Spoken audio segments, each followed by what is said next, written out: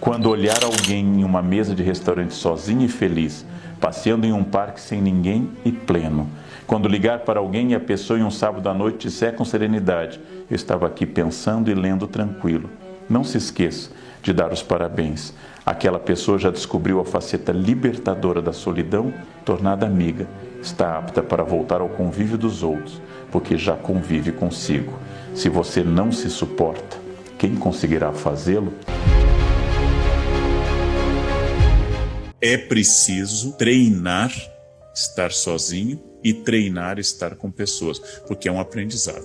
Eu acho que o que as pessoas mais temem é a felicidade e não a dor, porque as pessoas são tradicionalmente autossabotadoras. Elas estão em uma situação boa, elas vão para uma festa de fim de ano, estão no Natal, elas encontram motivos para ter atrito em família, quando a disposição seria para ter uma festa. Elas estão bem em casa e vão procurar relações tóxicas. Eu acho que quando eu tenho demônios e estou lutando, isso me dá a sensação de estar vivo. O desafio sempre me pareceu lidar com o sucesso e não com o fracasso, porque o fracasso atrai simpatia das pessoas. O sucesso atrai até uma certa antipatia das outras pessoas.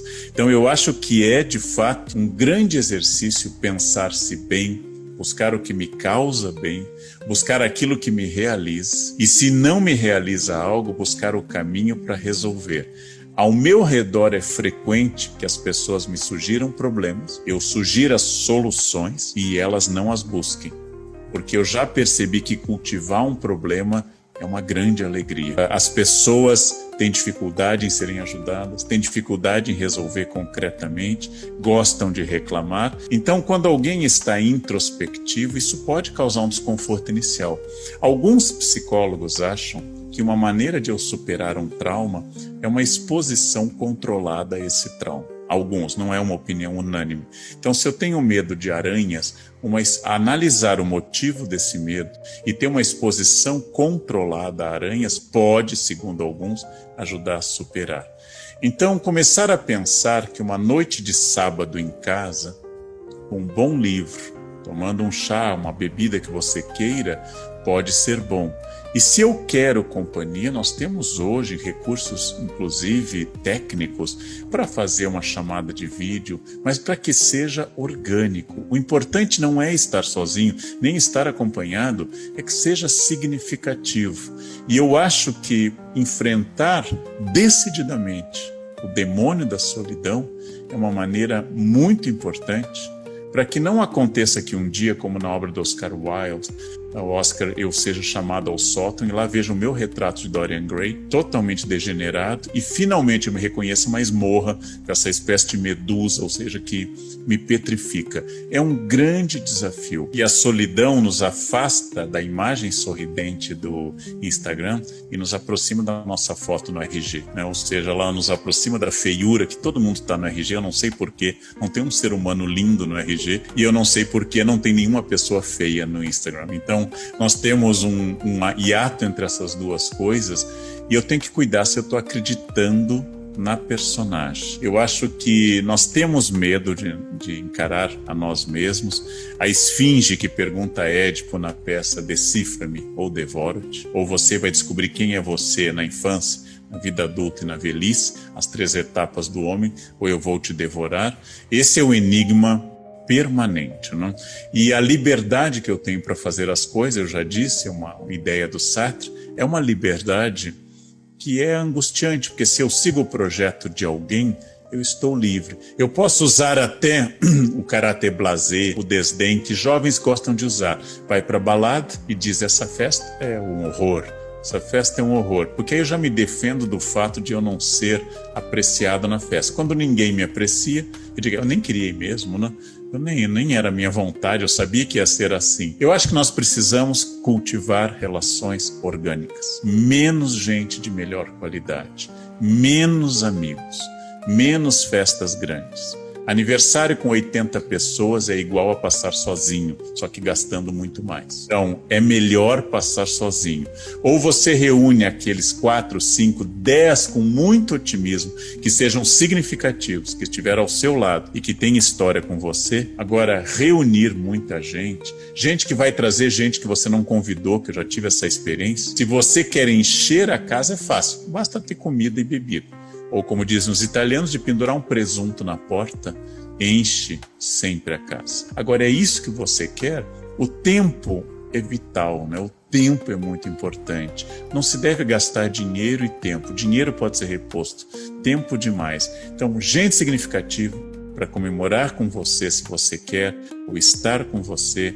Gente que faça diferença, ou sozinho, ou a dois, ou com amigos. A questão não é o número, a questão é a qualidade dessas relações. Como eu disse a uma pessoa, amiga minha, que estava sendo cancelada, eu disse, acho que é um benefício que estão prestando a vocês, porque quem te cancela te libera, quem te segue te obriga. Então é um benefício que podem estar prestando a você. Não é fácil neste mundo de aparências, onde sempre temos o cinismo social desde a Idade Antiga, mas hoje o cinismo social tem identificador, ele é uma rede social. Nós estamos sempre insatisfeitos por estarmos ora sozinhos, ora acompanhados. Ora temos gente demais em casa e queremos ficar sozinhos, ora queremos companhia e a casa está deserta. Essa é uma metáfora que eu traduzi em um livro que eu fiz para a editora Planeta em 2018, O Dilema do Porco-Espinho.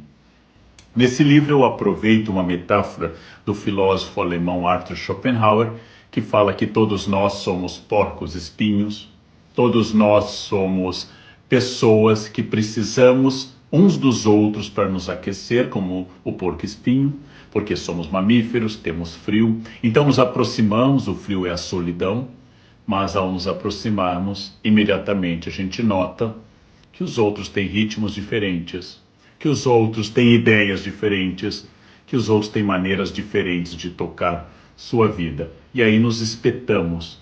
A diferença faz com que a gente acabe se tornando mutuamente doloroso uns para os outros. E não importa o quanto você ame a pessoa, conviver é um grande desafio. Para pensar um pouquinho mais, eu vou resgatar um conceito que é do teólogo alemão que morreu nos Estados Unidos, Paul Tillich, morreu em 1965, e Paul Tillich pega da língua alemã uma diferenciação que na prática não existia em português, mas nós associamos a ele. Ele pega um conceito alemão de Einsamkeit, ou seja, solidão, e contrapõe a um conceito de Alleinsein, ou seja, solitude. Essa expressão que o dicionário não registrava antes, solitude, nós tiramos de Tillich para poder começar a pensar a diferença entre a solidão, que geralmente não é desejada por nós, que geralmente não é algo que a gente busque, para a solitude, que é voluntária. E aí está a primeira diferença. A solitude é o ato de se isolar, e se isolar para poder crescer, isolar-se para ler tranquilamente, isolar-se para poder ouvir uma boa música, isolar-se para relaxar, isolar-se inclusive para meditar. Já a solidão é o ato em que eu fui afastado, ou eu não gostei, ou eu não quis, ou eu não desejei, simplesmente que as pessoas me isolassem. Eu tento a companhia e não consigo. A solidão é quase sempre negativa, a solidão quase sempre vem acompanhado de uma dor de eu querer a companhia e o calor das outras pessoas. O porco-espinho sente frio. E a solidão não é o meu desejo, mas ela acontece. A solitude é aquilo que me faz crescer. Na solitude eu busco a minha identidade. Na solitude, que é uma virtude, eu consigo adquirir consciência. O filósofo dinamarquês do século XIX, Kierkegaard, disse que só é possível atingir de fato essa solitude através de uma expressão que é muito difícil entender e ao mesmo tempo parece contraditória, que é tornar-se só consigo. Tornar-se só consigo seria a capacidade não apenas de se isolar, porque eu posso estar isolado e mandando mensagem para 1 milhão de pessoas, eu posso estar isolado e furiosamente ficar no controle remoto, querendo ver muitas coisas, estar só e ficar andando pela casa, limpando freneticamente, tentando contato com as pessoas. Isso não é tornar-se só consigo.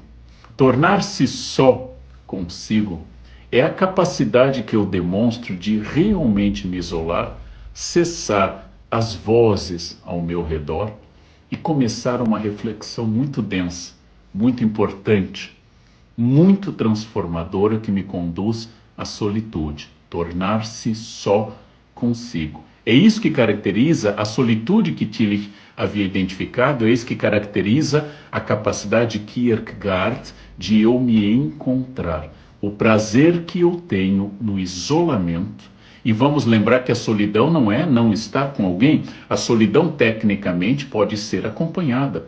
Aliás, qualquer pessoa sabe que solidão a dois, solidão nas grandes cidades, onde há milhões de pessoas ao redor e eu não me encontro de fato com ninguém, é a pior de todas as formas de solidão. Muitos caminhos para eu entender que através de uma simples casca, de um verniz, que é uma ligeira angústia porque eu não estou com ninguém, eu estou escondendo coisas muito mais densas e não estou me permitindo o exercício prazeroso de olhar para mim, de pensar em mim acompanhado de um livro, de um chá, de um vinho, de um copo d'água, ou simplesmente escutando uma música, que naquele momento eu transformei solidão em solitude e eu cresço e tenho mais a levar para os outros, tenho mais questões para indicar para as outras pessoas, tenho mais capacidade de transformar as minhas angústias em reflexões, porque eu nunca serei perfeito,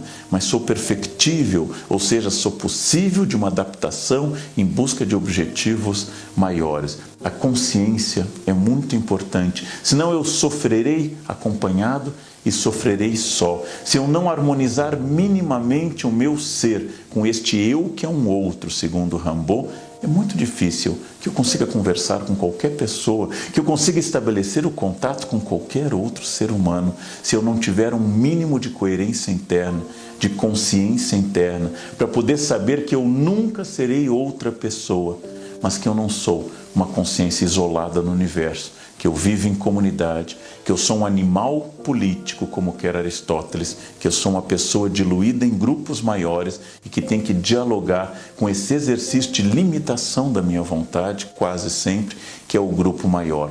É nesse jogo entre o homem individual e o homem grupal, entre o ser humano isolado e o ser humano no bando, o ser humano em família. É nesse jogo que nós constituímos a própria humanidade.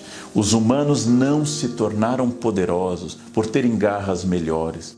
Os humanos não se tornaram donos do planeta porque tinham a pele impenetrável. Os humanos não são os maiores mamíferos. Os humanos são frágeis. Os bebês humanos estão entre os mais frágeis bebês de todos os mamíferos.